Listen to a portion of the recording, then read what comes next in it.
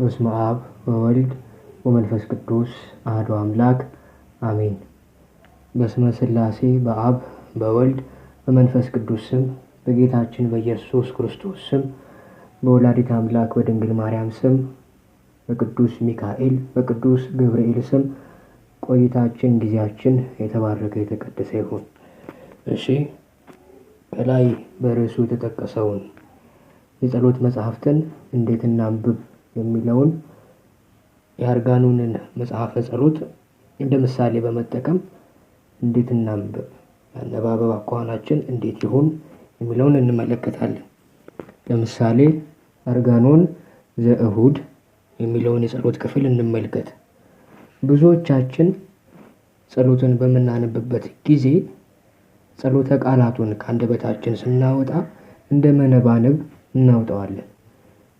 ዝም ብለን አሁን ለምሳሌ በዕብራይስጥ ማርያም የተባልሽ የተመረጥሽ ድንግል እመቤቴ ማርያም ሆይ እንደዚህ አይነት ወጥ የሆነ ንባብ እንጠቀማለን።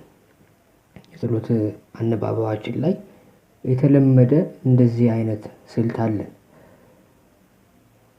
ነገር ግን የጸሎት ቃላት መለኮታዊ ኃይልን እንዲሸከሙ የመንፈስ ቅዱስ ጊዜ በሕይወታችን ውስጥ እንዲገለጥ የቃልን ክብር እኛም ማክበር አለብን።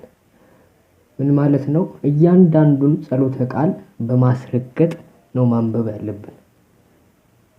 በዕብራይስጥ ማርያም የተባልሽ የተመረጥሽ ድንግል እመቤቴ ማርያም ሆይ እንደዚህ በእርጋታ ቃላቱን በደንብ በልቦናችን በአንደበታችን እያስረገጠን ስናነብ ቃሉ ኃይል ይኖረዋል። ይህ ኃይል የእኛን ሰውነት የእኛን ነፍስ ሲባርክ ከውስጣችን ያደፈጠን መንፈስ ደግሞ ያነዳል። ግን ዝም ብለን በዕብራይስጥ ማርያም የተባልሽ እንደዚህ አይነት የግዴለሽ ንባብ የሚመስል ወጥ አነባበብ ስንከተል አንደኛ ትንሽ ሲቆይ ልቦናችን ይነጠቃል፣ ሕሊናችን ሀሳቡን መሰብሰብ ያቅተዋል። ምናባችን ላይ ከውስጥ መናፍስት ሌላ ስዕል በመሳል የጸሎት ቆይታችንን ለመረበሽ እድልም ያገኙበታል። የቅፍርናሆሙ 100 አለቃ ለክርስቶስ የተናገረው ኃያል ቃል ለእኛም በሕይወታችን ዛሬም የሚሰራ ነው። በቤቴ ጣሪያ መግባት አይገባህም፣ ነገር ግን ቃል ተናገር ብላቴናዬ ይፈወሳል።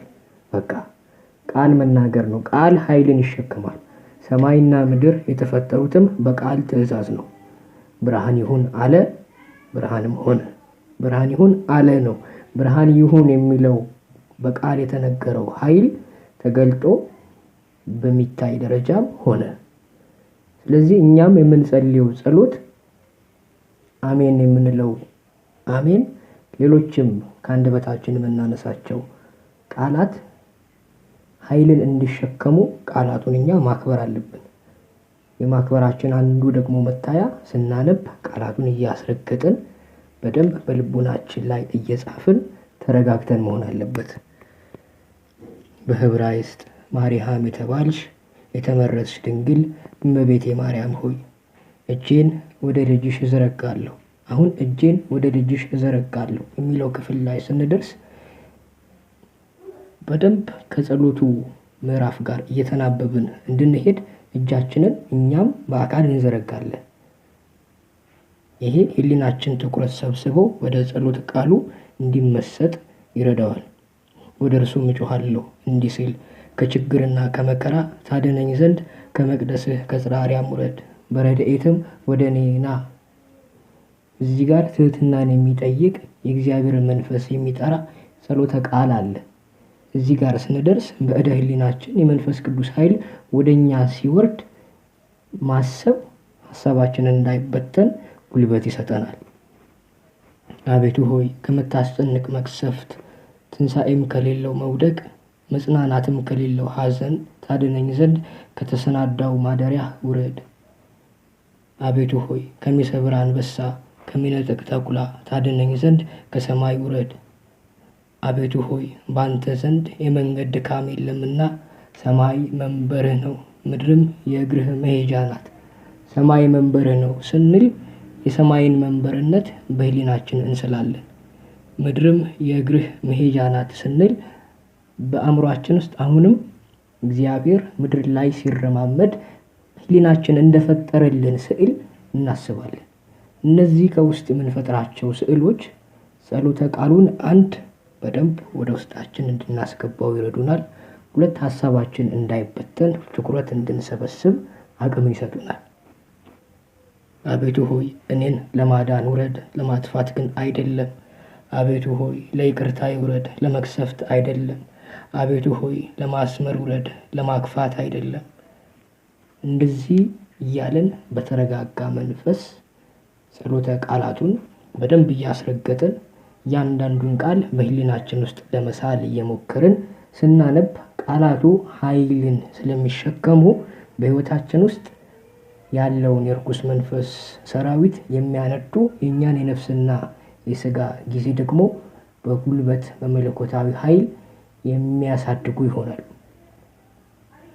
ለዚህ ቀስ እያልን ተረጋግተን ማንበብ ነው። ሌላው ደግሞ አእምሯችን ረጅም ሰዓት አንድን ነገርን ሲያደርግ በተፈጥሮ እየደከመ ይመጣል። ስለዚህ ያን አንድ ወጥ የሆነ ነገር ስናደርግ የተወሰነ እንቅስቃሴ ለውጥ ማድረግ ትኩረታችን እንዲሰበሰብ እና እንደ አዲስ እንዲታደስ ጉልበት ይሰጣል። ይህን ደግሞ ለማድረግ 3 ስልቶችን መጠቀም እንችላለን። አንደኛው ስልት ጸሎተ መጽሐፍቱን በቀኝ እጃችን ከያዝን ትንሽ እንቆይና ደግሞ ወደ ግራው እጃችን እንቀይረዋለን። ይሄ እንቅስቃሴ መፍጠሩ ወጥ የሆነ ነገር ላይ አእምሯችን እየፈዘዘ ሀሳባችን እየተበተነ እንዳይሄድ ነቃ ያደርጋል። ያቺ ከቀኝ ወደ ግራ ምንቀይርባት እጃችን ላይ። ሁለተኛው ወይ ደግሞ በአንድ እጃችን ጸሎተ መጽሐፉን በሌላው እጃችን ደግሞ መቁጠሪያ እንይዛለን። እንጸልይና ሀሳባችን በተን ሲል በመቁጠሪያ ጭንቅላታችንን፣ ትከሻዎቻችንን፣ ጀርባችንን በሰማያዊ ስሞች ደግሞ እንቀጠቅጣለን። ያኔም ነቃ እንድንል አሁንም እድል ይሰጠናል። ሶስተኛው ደግሞ የጸሎት ውሃ አጠገባችን ካለ እሱን ሀሳባችን በተን ባለበት ሰዓት በስላሴ ስም ሀሳቤን ሰብስብልኝ ብለን ጎንጨት እናረጋታለን። ሌሎችም ተመሳሳይ መንገዶችን መሀል ላይ ያስገባል።